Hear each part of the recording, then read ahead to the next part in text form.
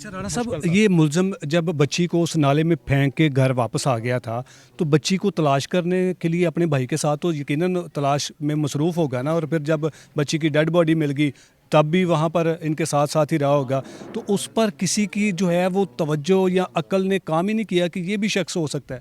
असल में जो देखें इनके साथ पहले ही बहुत खौफनाक वाक़या हो गया था, और इनकी फैमिली के मतलब जब कोई सोचता था तो वो डरता था कि यार लोग कहेंगे कि पता नहीं इस केस को ख़राब कर रहे हैं, या इसको बच्चे इस बच्ची का इसको इंसाफ नहीं मिलेगा उसके वालिद को। तो हमने इन चीज़ों को देखते हुए लेकिन हमने कोशिश की और अल्लाह ताला ने हमें उसमें कामयाब किया।